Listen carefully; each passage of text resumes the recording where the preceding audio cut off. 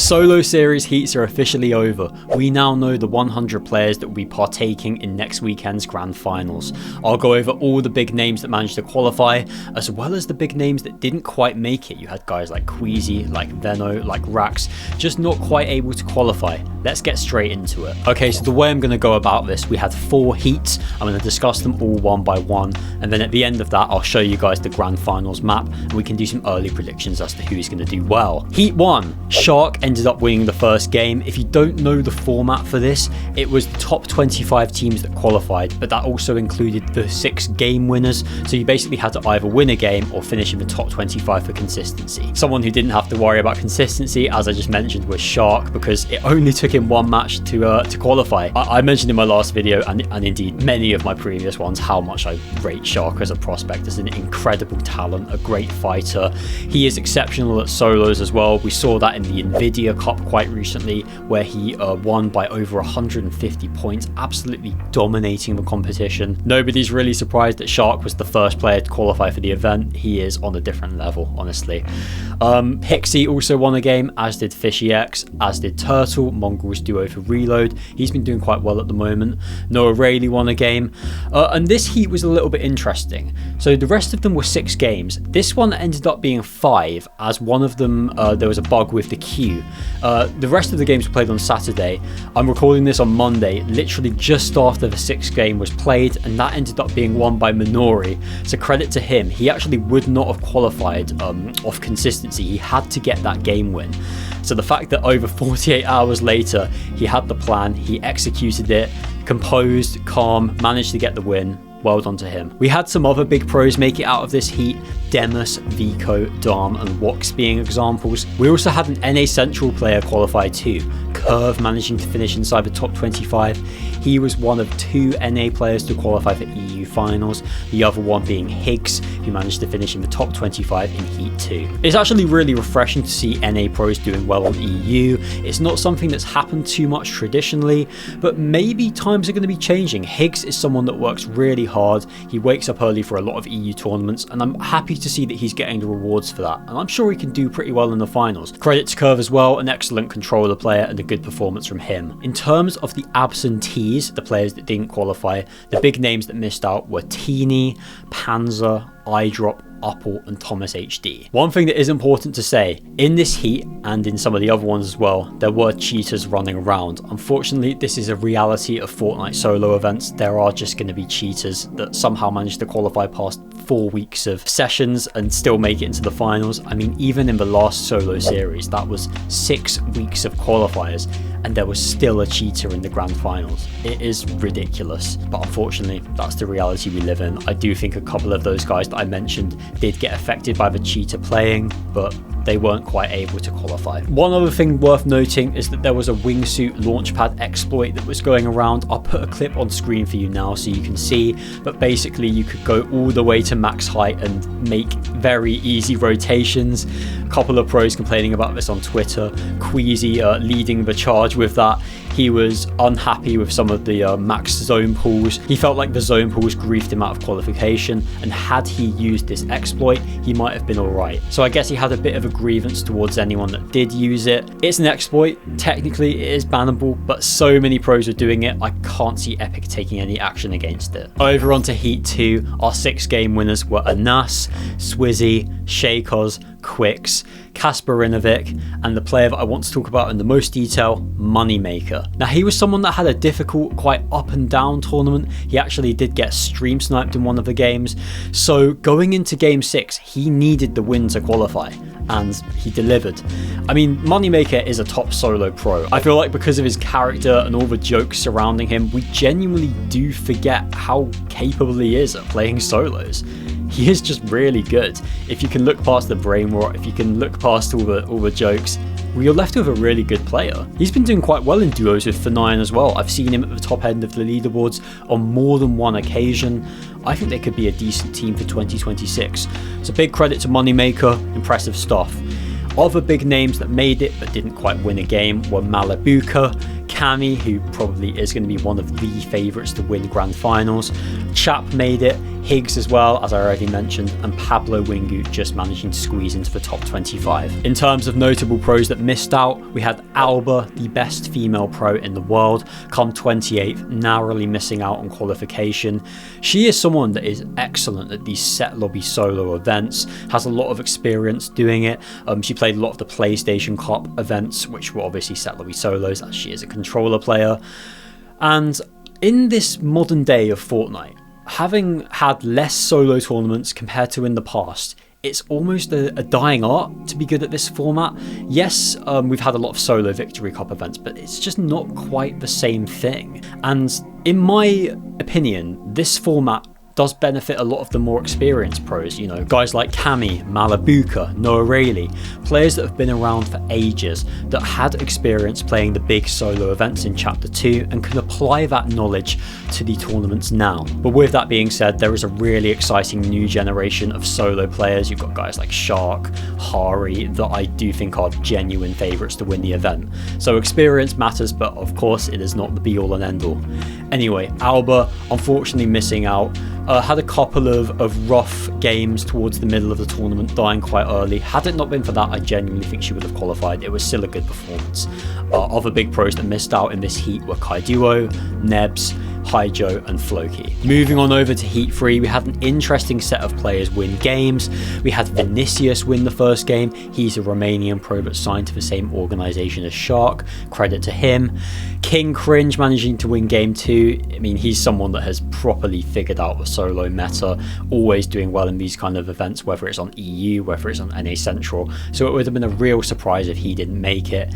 Pink coming in third, someone that needs a big 2026, kind of fell a little bit flat in 2025, just not being able to make those FNCSs stick. Also been kind of struggling with a teammate, although now he is playing with Haris, and I do think they have a lot of potential should they stick, because Haris is obviously an excellent fighter, and Pink is of course a great player, as evidenced by this. Dan Depuzo won game 4, he was one of my picks to qualify. He is a great player, excellent at solos, a top player, no surprises there.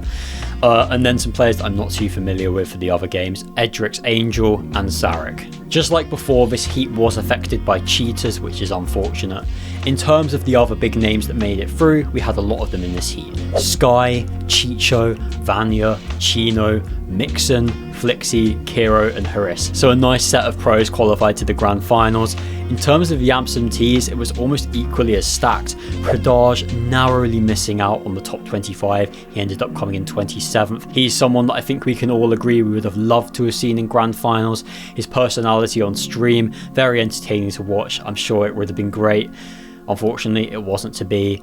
Another Italian player also failed to qualify, and this one was even more surprising. Rax managing only 64th, a real off day for him if I'm honest, just didn't quite click for him. He was below Surge a couple of times, just wasn't his day.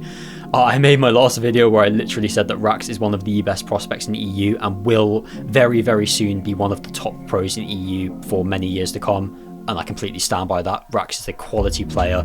Yesterday was a one-off, but if you know anything about competitive Fortnite, you can see how good he is. King also failed to make it. That was a bit of a surprise for me as well. He's someone that did great in the last solo series. I believe he finished top 10 in the cumulative opens round.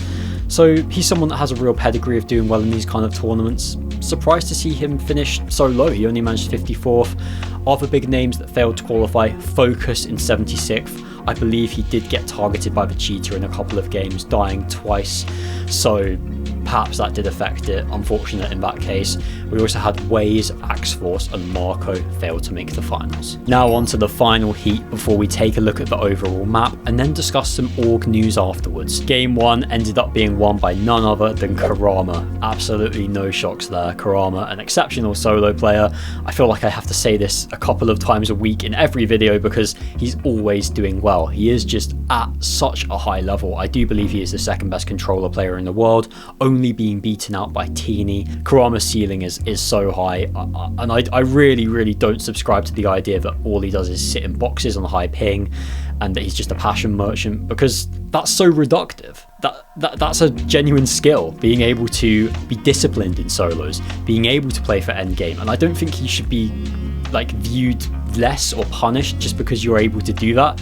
Yes, he isn't as strong a fighter as players like Reet, but that's not what gets you money. That's not what gets you placements.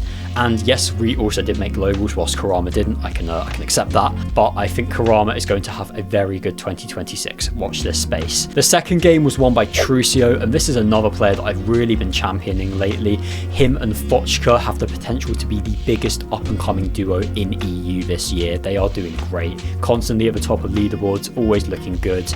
And Trusio proving that he is a top pro by winning game 2. It really won't be long until everyone's talking about these guys. Get on them now before it's too late and you can prove that you've got some good ball knowledge.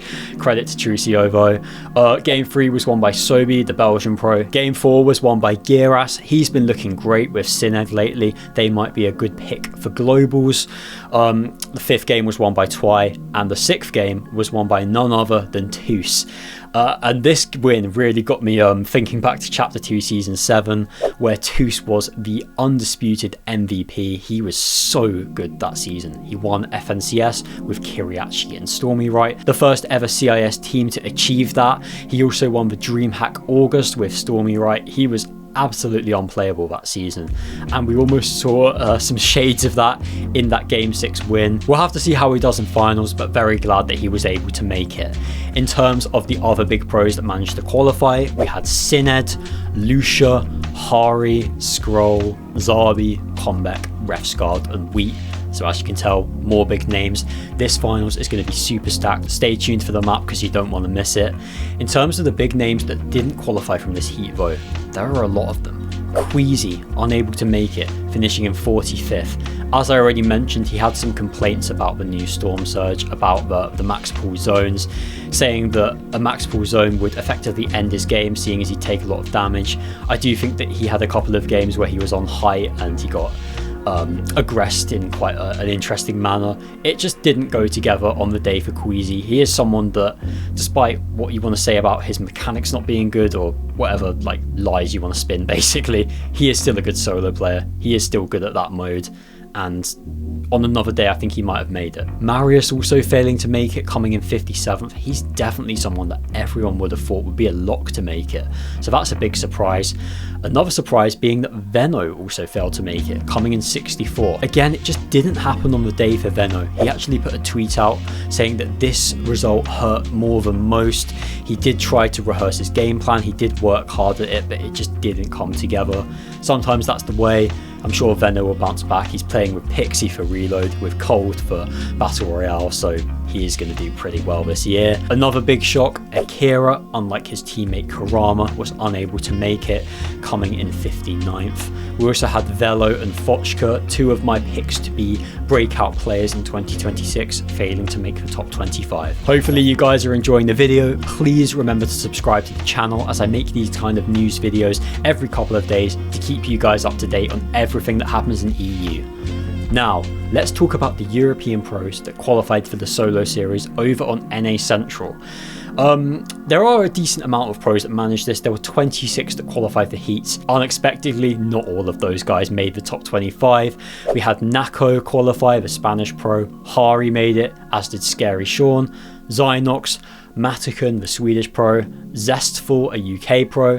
Akira made it, despite the fact that he, 1, didn't make it on EU, and 2, only played 4 games on NA Central, but still made it through consistency. So that proves that Akira is a top solo player, and that low placement on EU was just a one-off for him. We also had Skrull qualify. He's someone that's always great on high ping, so really no shocks there.